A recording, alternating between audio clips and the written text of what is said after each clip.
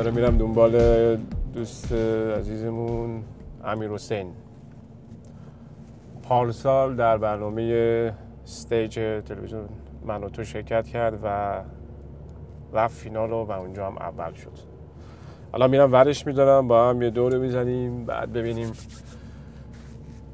چی میشه دیگه، و اینکه گفتگوی خوبی بشه.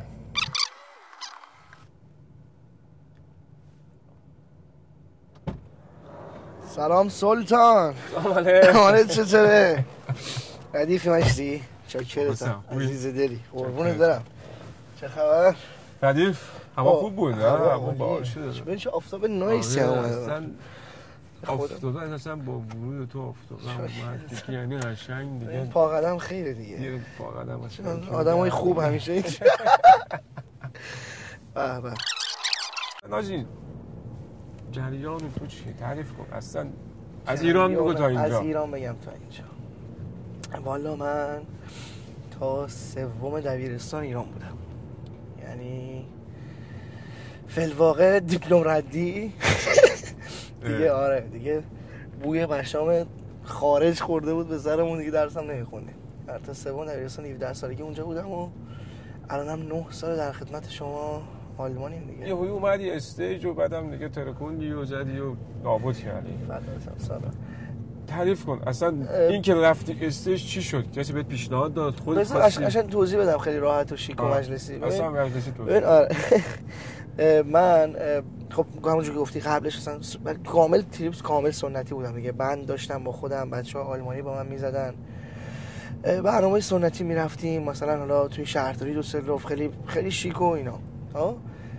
یکی از رفیقای من به نام رضا، من اصلا نمیدونستم که همچین برنامه هست.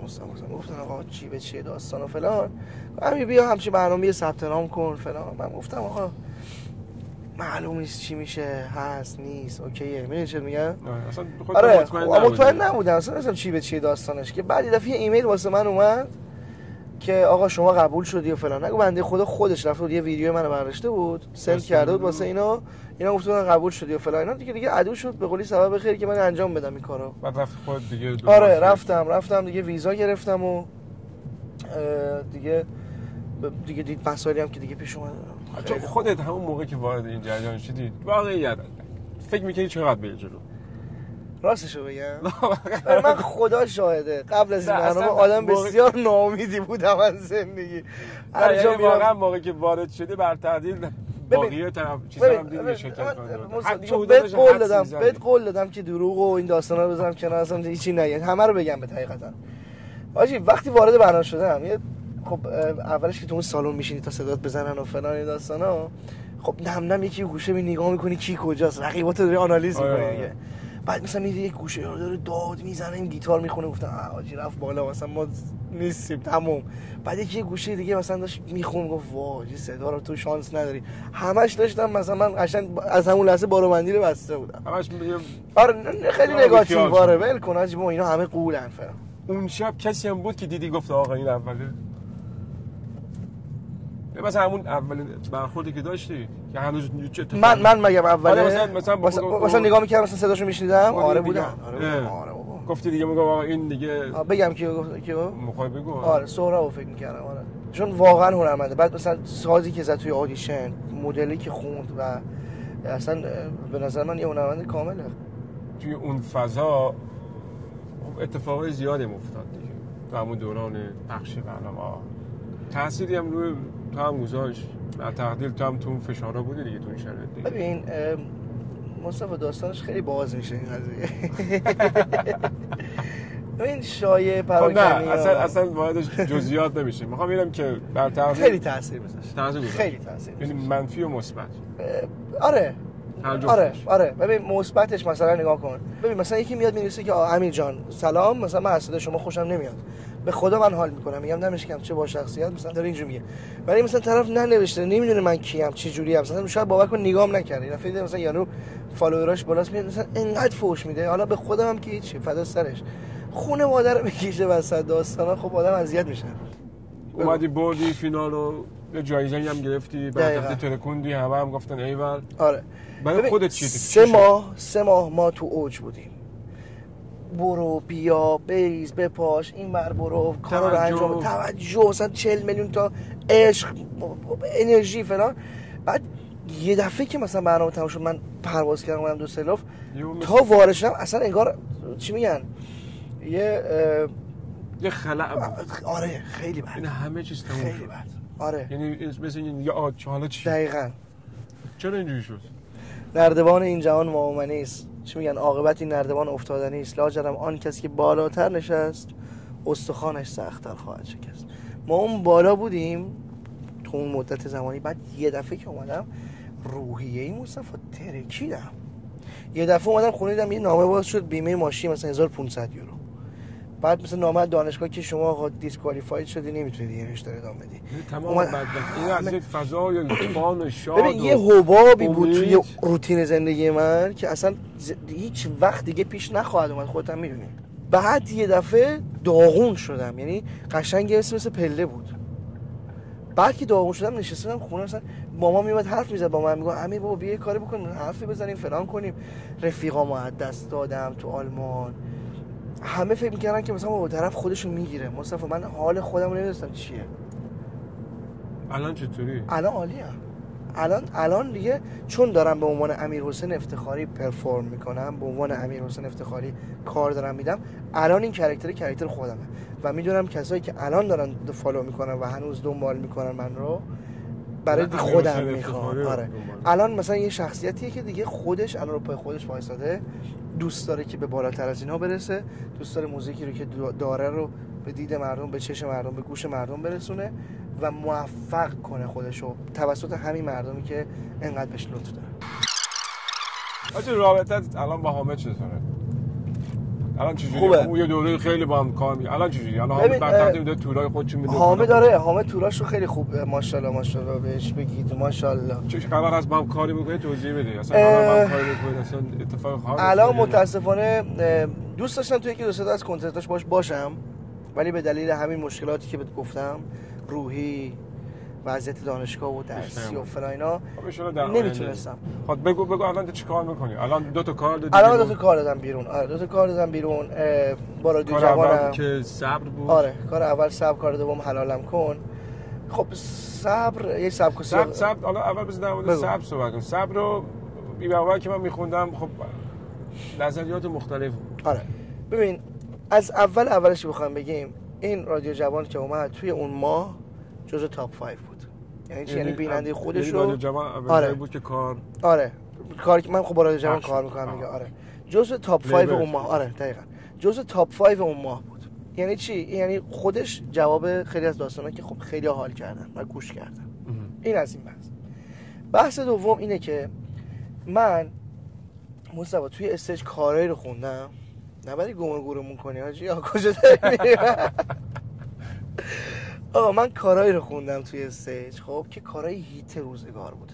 هیت اون موقع بوده. از 44 از زنده وکیل، از کسایی که ملت اینا رو مردم شنیده بودن، یعنی این به گوش مردم و ایرانیا جا افتاده بود. من اومدم این کار رو دوباره خوندم خب و وقتی که من از این برنامه اومدم بیرون و آهنگ خودم به سبک و سیاق خودم دادم، مردم چیکار کردن؟ اومدن منو قضاوت کردن. چرا؟ برای اینکه من از یه برنامه اومدم که هی روم قضاوت می‌شده.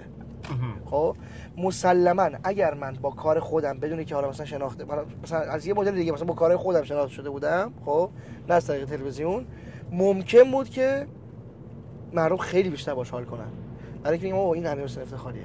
ولی چون هی مردم منو قضاوت می‌کردن توی ایران مثلا توی برنامه، دوباره این سبک رو اومدم مثلا مقایسه کردم با مثلا باران تویی 4 تا که مثلا هیت 3 سال ایران بود.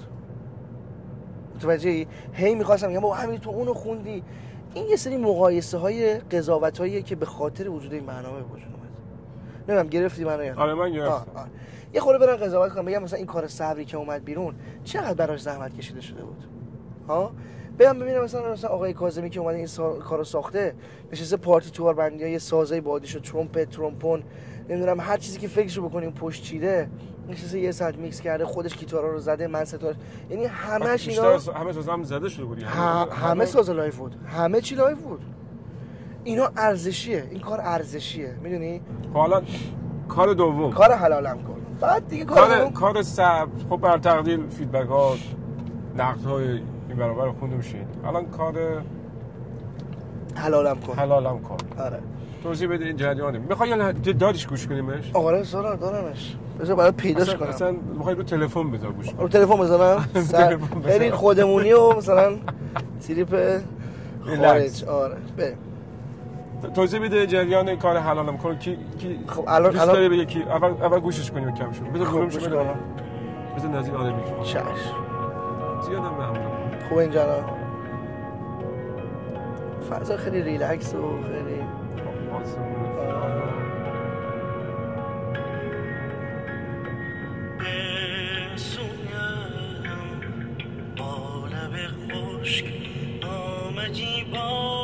چشم تر رفتی حلالم کن که از سرچشمه من تشنه تر رفتی میان دل برام پابندیه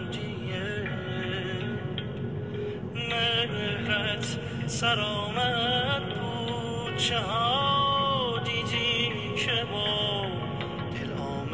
اما به سر رفتی.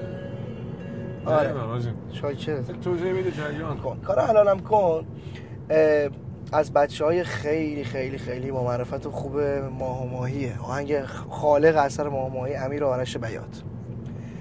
ایرانم بچه‌ها. آره بچه‌ها ایرانم. بعد مثلا با بچه‌های امیر و آرش بیات که آشنا شدم دیدم چقدر بچه‌ای زحمت کشیان. چقدر بچه‌ای که واسه اون کاری که دارن میکنن، اون قطعه‌ای رو که میسازن خیلی بهای خیلی زیادی دارن راجعش پرداخت میکنن. چه سختیایی که حالا شاید شغل دومشون باشه این کار، شاید مثلا اصلا راه نون درآوردنشون جای دیگه باشه، توی تنظیم بچهای به قولی بیات برادرز اون زخمو احساس میکنی، میدونی اون ساین خودشون، اون امضای خودشون تو کار هست و اون زخمه به خاطر اون بک‌گراند زندگیشونه. به نظر من خیلی باشون رفیقم، خیلی هم کارشون درسته و عزیزایی که واسه کاری که میکنن، اثری که خلق میکنن خیلی زحمت میکشن. به خاطر همین من خیلی با این کار حال میکنم. بعد از این دوتا کار دیگه هم کار سوم یه مدل دیگه است. اونو میخوام 6 و 8 بزنم. اونو یه دوست نداری؟ چرا؟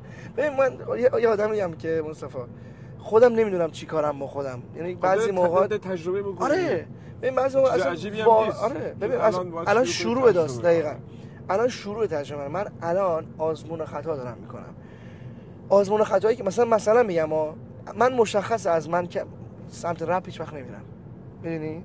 تو شاید بخوای فیوژن با یکی نه فیوژن آره نه خودم منظورم که خودم بخوام بخونم. نه فیوژن که آره. ولی میگم یه سری سبک‌ها مشخصه که من سمتشون نخواهم رفت. ولی یه سری چیزا رو دوست دارم امتحان کنم و فیدبک مردم بگیرم و ببینم که آقا مثلا امیرحسین افتخاری رو دوست دارن رو کدوم کار بیشتر بشنون. برای اینکه خب مصطفی ته داستان اینم که منم باید خب یه هزینه یه پولی در بیارم از داستان دیگه، میدونی، و باید کاری رو بکنم که اجرا که میرم، کنسرت که میذارم، کارایی باشه که مردم باهاش حال میکنن. کارایی من هر کاری بکنم اون فاخر بودن قضیه رو دوست توش داشته باشم. وقتی یه جان خودت میخوای معرفی کنی چی میگی؟ من امیرحسینم از استیج الان نمیگم، ولی ملت چه مثلا خیلی چیز میشه ملت. ولی مردم اینجوری برداشت میکنن. تو دیگه میخوای بعد از این بشی امیرحسین یا هنرمند. آره وقتی که من میرم میبینم مثلا میگم آره دقیقاً، نه که بده ها، ولی میخوام دیگه اون ثبات خودم رو داشته باشم که میگم مثلا آره دقیقاً این کار من امیرحسین افتخاری هستم. آفرین. مثلا الان هر جا میرم خب امیر استیج فلان اینا اوکی، الان خیلی هم اوکی 100%. ولی دوست دارم مثلا سال دیگه 2 سال دیگه وقتی میرم برنامه بگم مثلا امیرحسین استیج دیگه، اون یه خورده فشار میاره، ولی اونم با کارهای خوب میشه خیلی رو جبران کرد. بعد الان اینجوری شده که ما یه کامیونیتی شدیم، مثلا به نام به قولی خودشون رو حال میکنیم با بچه‌ها، میگیم افتخاریا. خب اونایی که با ما حال میکنن فن پیجا فلان، مثلا دور هم جمع میشیم، جواباشونو من کامنت ها رو همه رو میخونم مصطفی، همه رو میخونم. بعد مثلا نوشته تبلیغ، مثلا فیلم ترسناک میخوای بیا تو، مثلا تبلیغ زیر کالا خیلی خوبه. یا مثلا فال قهوه فلان. آره مثلا یه چیزی بود خیلی خنده مثلا این اکشن‌ها و شاخه‌های اینستاگرام آماراشون رو داره دیگه. دنبال میکنم خدایی فالو نمیکنم ولی دنبال میکنم. فالو آخر قرار نیست که همش فالو کنه. آره ولی دنبالم میکنه فالو نه ولی خدایی خیلی رو دنبال میکنم. اصلا شب قبل خواب یه سری من خودم هم دنبال میکنم. آخه اتفاقا یه برنامه هم خود گذاشته بودی اون رو من هنوز گرزه خیلی حال میکنم باشه. ولی همه من شب قبل خواب قشنگ یه تک میرم بعد میخوام. ببین الان فضای تو کلا فضای موزیکت، فضایی که تو ما این سبک سیاه که داریم خود تو ایران قشنگ میشه کار کرد. درست. چرا مثلا تو ایران نشد این کارو بکنی؟ یا اصلا فکر می‌کنی در آینده بخوای این کارو بکنی؟ مصطفی ببین اگه بخوام بگم نه ایران نمیخوام کار کنم فلان دروغ گفتم بهت. الان شاهدش نیست. ببین متاسفانه نمیدونم هم چرا خدا شاهده من هیچی ندیدم تو این داستان ولی این شبکه‌ای که مثلا من و تو ایران خیلی بد حالا نه که خود ایرانی‌ها توی مثلا حالا چشمایی که عزیزانی که حالا دوست ندارن شبکه رو خیلی بد جا افتاده و کسی که توی اون شبکه به هر عنوانی شرکت کنه خب مشکل داره براش مشکل ساز میشه تو ایران. در صورتی که مثلا من اینو برای خودم فقط یک سکوی پرتاب برای شناسوندن موسیقی سنتی خود ایران و شناسوندن خودم استفاده کردم. میدونی خیلی دلم میسوزه وقتی که میبینم مثلا خیلی راحت مثلا فامیلامون رفیقامون همه میرن ایران میان عکس‌ها رو میرن. خب دارم دوست دارم بابا مثلا 17 سال زندگی کردم اونجا خب کل شخصیت من تو ایران شکل گرفته حالا با یه سری تغییرات مثلا حالا شاخ و برگاش اینجا چیدن یا حالا دوست دارم برج میلاد ببینم مثلا برنامه بذارم مردمی رو که کنسرت بزنه اونجا. آره همون تو فکر می‌کنم بیشتر اودینس بیشتر کسی که دنبال بود داخل ایرانه. مسلماً همینه. مثلا نگاه کن از این 500 خورده من میتونم بگم شاید بالغ بر 80%شون توی ایرانن. خب این 80%شون زیر کامنت ها همه رو نگاه کنین نوشته کاش بیا ایران کاش بیا ایران کاش بیا ایران. اینا رو که میبینن چرا چی خب چرا اذیت نمیشن؟ ولی خب من مثلا جواب میدم که انشالله به امید خدا امیدوارم ولی ته تهش میدونم که نمیگم نمیشه ولی امکانش نیست دیگه فعلا الان نه متاسفانه. ولی خب تا جایی که بتونم یعنی بتونم که خب سبک و سیاقم همینه مصطفی من به جز این دیگه نخواهم بود که مثلا یه دفعه فردا 4 تا دختر مثلا پشت کلیپ مثلا اینجوری نه الان اون دیگه نساره. آخه تو نسبی از فالوورات هم که معمولا دوشیزه‌ان خب اونا از لطفشونه سارا من چرا منو میکشی باهاش نسبی که 80%ش دوشیزه‌ان به خدا همه عزیزم. اصلا حرف من نیست من دیدم دیگه هاشی کامنت های تو نگاه کنی 90% همه میخورم از استرس 10%ش مثلا میکش ماری با یکیش نه به خدا من اتفاقا خیلی خوشحالم که بحث دوشیزه میشه مصطفی نکن نه خدایی خیلی خوبه چی میگم من آجه تو که فری منظور از فری منظور تو که میدونم متوجهم ولی نه منظور که یعنی تو ازدواج نکردی نه ازدواج نکردم بس تو خب دو چیزا میان به شما علاقه نشون بدن ایرادش چیه؟ خب ما بهشون علاقه نشون میدیم مشکل نداره ولی خب دلیل نداره که علاقه خیلی عمیق باشه. خب ببین مصطفی کجا کشوندی ما رو خدا خیرت بده ما همه رو با همه خیلی حال میکنیم. مثلا ترکیه کنسرت گذاشته بودیم همون بعد از استیج خب خیلیا بودن که اومدن عکس گرفتن حالا صحبتی شد مثلا بحث بود فلان ولی خدایی اونجوری نبوده که بخواد آدم فکر بد بکنه یا مثلا داستان کنه. تک و توک خیلی قرار شده هی میخوام دروغ بگم نمیشه تو بهت قول دادم نه ولی تک و توک خب چرا یه سری چیزا مثلا حالا حرفایی زده میشد و فلان ولی خدایی اکثرا اونایی که اومدن مثلا ابراز احساس کردن احساسات خیلی کول و خیلی آره خیلی کول و خیلی کار درست. ما غیر از این هم منظوری نداشتیم ما درست داشت مشهدیه ما منظور من نه به خدا خدایی خیلی کارشون درسته ولی اینه که میگه 80% حالا دور از شوخی گفتیم خندیدیم ولی خدایی من پخشم، یعنی قشنگ هم پسر جوان دارم هم دختر جوان هم دقیقاً سن وقتی همین بالا. میگم تو حدودا میدونی سن سال من هم ببین اینو من توی ترکیه متوجه شدم. یعنی مثلا آره. تو چه رنج سنی کاراتو دنبال میکنی؟ آره من خیلی مسنم دنبال میکنم. آدمای مسنم خیلی دنبال میکنن، آدمای مسنی که مثلا من جز مسن مثلا سن بالاتر ولی مثلا 5 60 70 اونام دارم. آره اونام دارم. من خیلی اتفاقا دایرکت ها میگیرم که مثلا به خود مسیج میدن. آره مثلا آره دمتون گرم فلان مثلا خیلی چیزی که من میگیرم، مثلا خانواده‌ای که اینجا مثلا بزرگ شدن، بچه‌هاشون مثلا اینجا بزرگ شده، میان به من مسیج میدن که امیر دمت گرم، مثلا بچه ما رو با موسیقی مثلا سنتی و حالا تلفیقی آشنا کردی و فلان و الان گوش میدن دنبال میکنن. یعنی رنج سنی من جوری شده که حالا با اون اخلاق و رفتاری که از من سراغ دارن مثلا منو نمیگم الگو قرار میدن، ولی خب خیلی مثلا منو که توجه میکنن سعی میکنن که سبک و سیاق منم دنبال کنن. مثلا خیلی به من زنگ میزنن میگن مثلا توی آلمان کلاس مثلا سنتور، تار، ستار، آواز سراغ داری، مثلا ما بچه‌مون رو بفرستیم.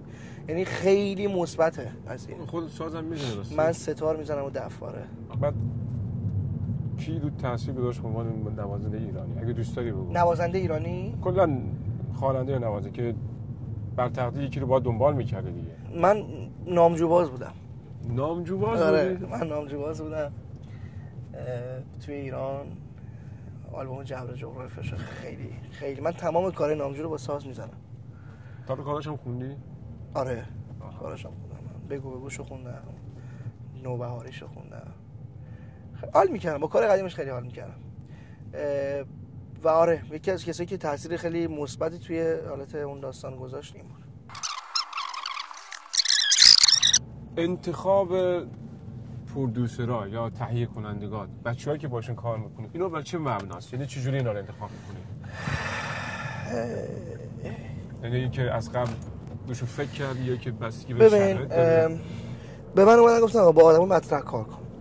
گفتم خب اوکی کی بهتر از فلانی و فلانی، نمیخوام اسم بیارم، ولی همون فلانی و فلانی آرزوشون بودی که من باهاشون مثلا تماس بگیرم، صحبت کنم که دوباره آقا مطرح تر از اینی که هستن بشن. چون بالاخره من یه پلتفرمی بودم دیگه، ملت دوست داشتن ببینن که آقا این با کی کار میکنه. اومدیم صحبت کردیم، اون طرف خیلی کول که انگار مثلا من براش با فلانی و فلانی فرق نمیکنم.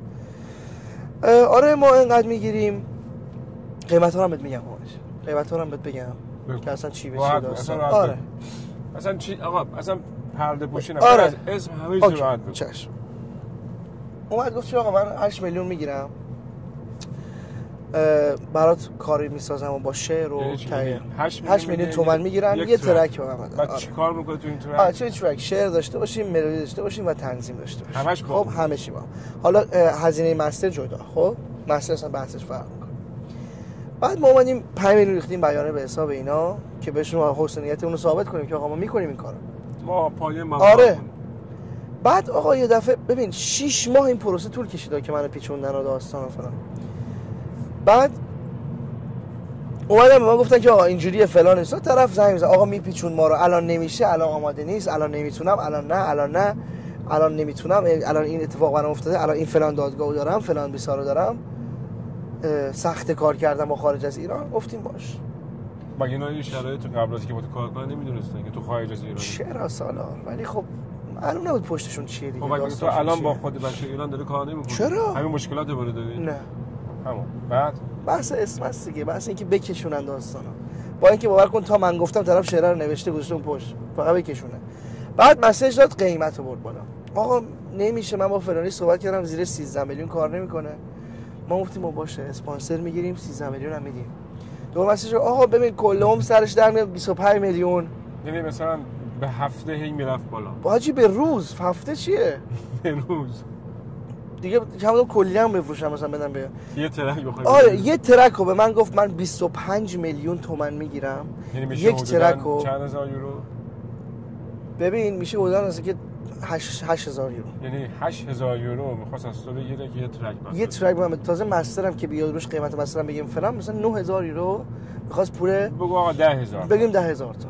یعنی 10000 تا یه ترک. اینجا مگه فکر می‌کنی یکی مثلا یه اسم بگو نامی، اصلا ایرانی‌ها هم نگو. فکر می‌کنی بخواد یه ترک بدن؟ ببین نامیه که مثلا برای آدم خیلی گنده نه، ولی یه نامی که توی آلمان خیلی نامیه، من باید حساب کنم با 2000 یورو نامی که تو آلمان مثلا منفجر میکنه. یه ترکی میتونه برای تو بسازه. خب چرا این بابا اینجوری میکنه؟ اسم سالار همین مشکل من، مشکل ترس من همینه. منم برگشتم گفتم سالار ببین چیه؟ مثلا میخوام خشنت بگم من نمیخوام تو من این آدمش نیستم. آدمی نیستم که بخوام از اسم خودم، از رسم خودم سوء استفاده کنم. اگه کارم هم درسته، 1% هم کارم درست باشه، این انسانی نیست که تو به خاطر اسمت. ببین بندای خیلی خوبی هستن، کارهای خیلی خوبی هستن. ببین روتین شده که یه 3-4 نفر هستن، 3-4 تا حالا گروه، بند، تعداد، آدم، نفر، هر چیزی 40 میلیون 30 میلیون برای یه پروداکشن میگیرن. 40 میلیون 30 میلیون میدونی یعنی چی مصطفی؟ مثلا یه آلبوم بده، یه تک آهنگ مصطفی. یعنی گروه‌های تو ایران هستن که افراد گروه یک ترک برای تو بسازن 40 میلیون تومان پول میگیرن، 30 میلیون تومان پول میگیرن. مثلا چه فرق میکنه؟ حالا کوالیتی شاید بهتر ببین بشه. کوالیتی هست. ببین من من نمیخوام بگم که مثل اون آدما، ولی شاید با یه ذره تفاوت خیلی کوچیک ما پرودوسرایی داریم، تنظیم کننده‌ای داریم که نامی نیستن ولی انقدر هنرمندن هستن تو ایران این بچه‌ها. پرن مصطفی، پرن. پس ما بعد از این به این قضیه فکر کنیم که آقا اسم همه چیز نیست. نه، کوالیتی مهمه و شخصیت و میدون بده برای بچه‌ام که داره تازه شروع کردن. تمام شده رفت. پرودوسرایی داریم ما خدا که فقط اون میدونه رو ندارن. اگه در آینده قرار بشه اگه دوست داشتی با کسی کار کنی، دوستی با کی کار؟ بی برو برگرد یاس. دوستی باش کار کنی. دیوانم.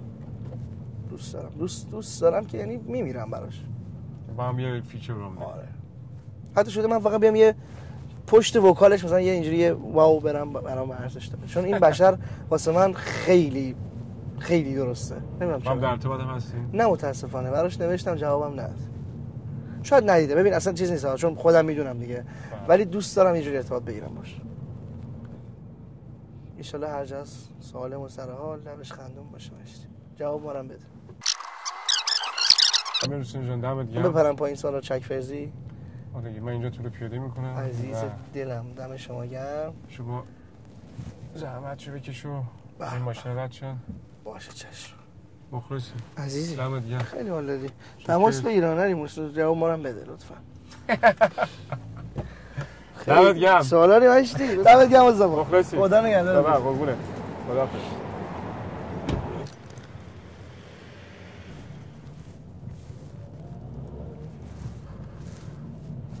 خب با امیرحسین هم صحبت کردیم و گفتگوی خیلی ریلکس و خودمونی بود. ببینیم چی میشه دیگه. تا برنامه بعد خدا نگهدار.